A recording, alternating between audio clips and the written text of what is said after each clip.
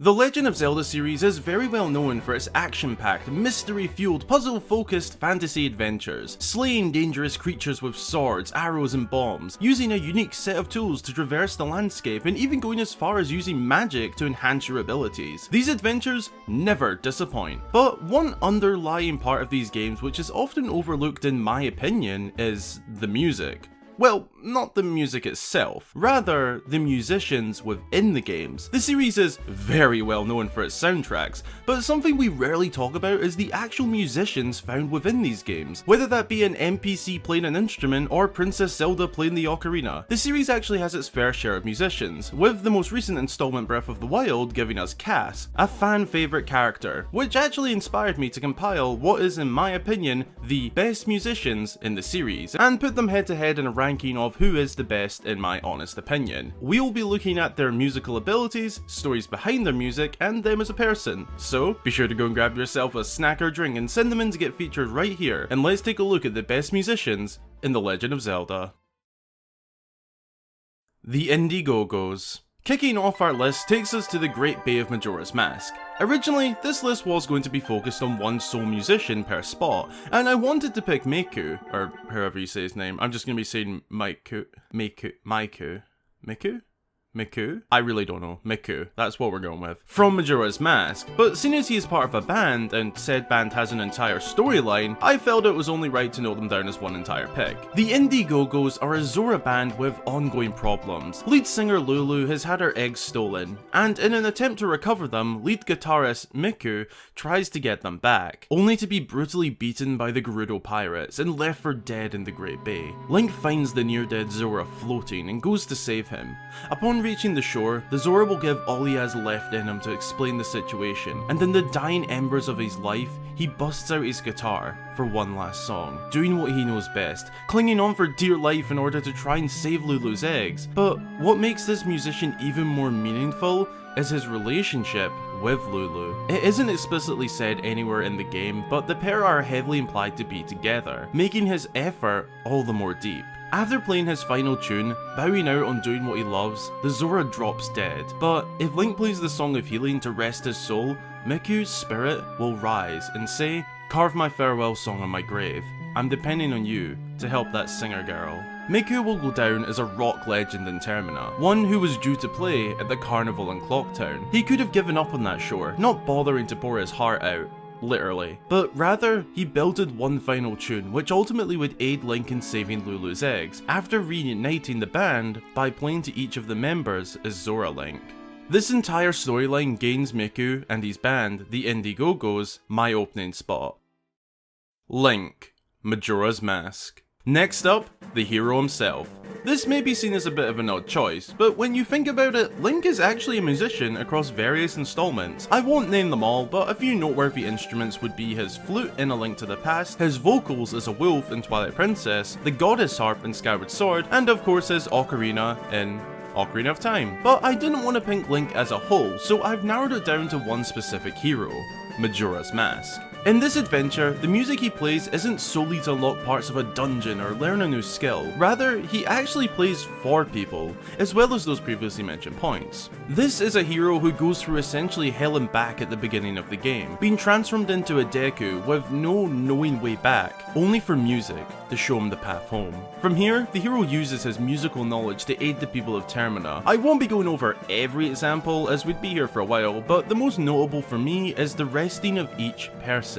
For example, helping Darmani rest in peace as we find him as a broken, troubled spirit. Link playing the Song of Healing allows this poor soul to rest, dropping a mask with a piece of him within it. The same goes for Miku, who is dying on the beaches of the Great Bay. Link puts him to a peaceful rest with music. I guess what I'm trying to say is that this incarnation of Link has the most meaningful and deep music. It directly aids people in different ways. My actual favourite being the side quest of the Karamo dance. Camaro can be found just outside Clocktown performing the dance. He explains to Link his fears of the dance not being passed down to the next generation as his time is near. He asks Link to rest his soul, done by playing the Song of Healing. After doing so, Link will receive the Majoras Mask, and if worn in front of the Rosa sisters whilst doing the dance taught to Link through the mask, they will learn it and reward Link with a heart piece. This musician revolves around giving people a peaceful end with his music, a truly deep and meaningful purpose, granting him my number 3 spot.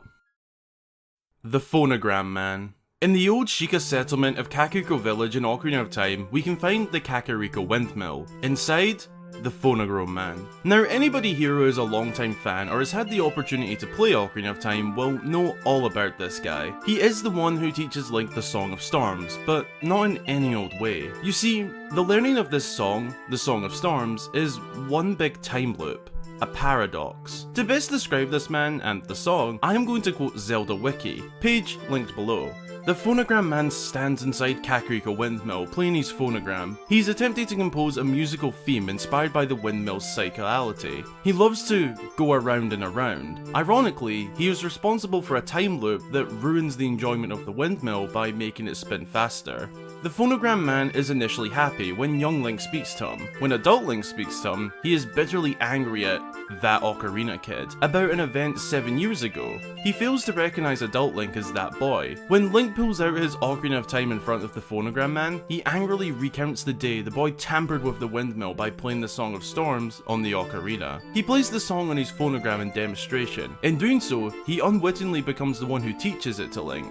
The hero goes back in time and plays the Song of Storms, and the windmill is young Link to drain the bottom of the well. This upsets the Phonogram Man and completes the time loop. That is mad.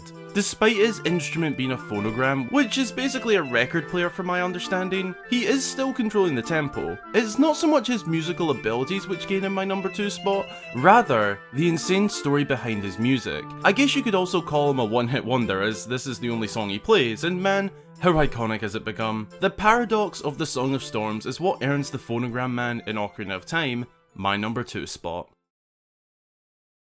Cass.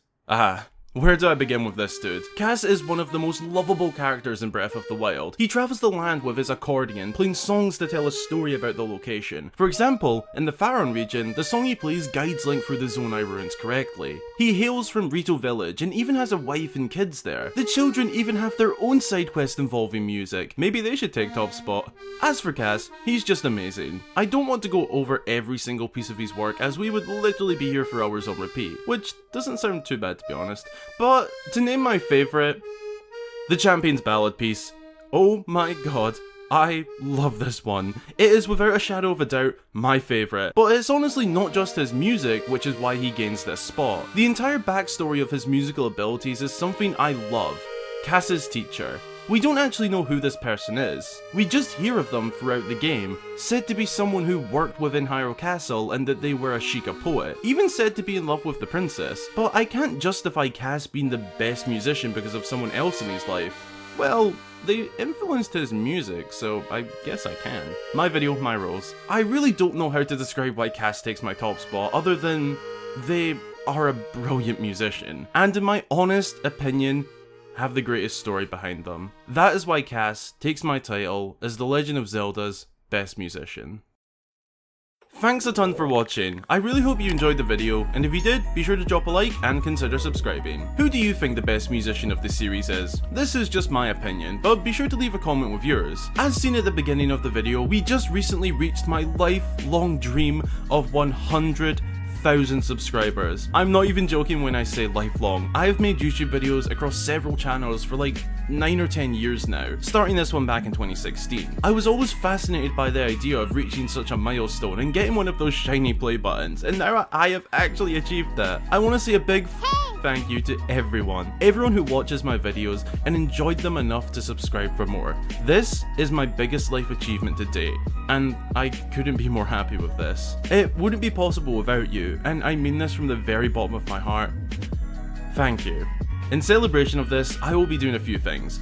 Firstly, a giveaway. If you head over to my Twitter via the link in the description, you'll find this tweet. And as you can see, I'm giving away this custom-made Wolflink plushie. The details to enter can be found on the tweet, so check it out. Secondly, yes, I will be doing some sort of special video for this, but I'd like to do that when the play button arrives, so that may be several weeks away, but it will be happening. On top of that, many of you suggested that I live stream, and whilst the thought of that gives me anxiety, I am willing to give it a shot. On top of that, I am happy to confirm that the Zelda quizzes will continue. I plan to do one for every 3D game, and then we'll go from there in terms of what's next for that little series. Again, thank you all so damn much for being part of my dream. It's all onwards and upwards from here, and the future of the channel really excites me. As always, big thanks to all of my channel supporters, with special mention to new supporter via Patreon, Wesley. Thanks a lot. If you'd like to join them and get yourself some behind the scenes looks at my work, a shout out upon joining, your name at the end of every video, and more, then consider supporting. Again,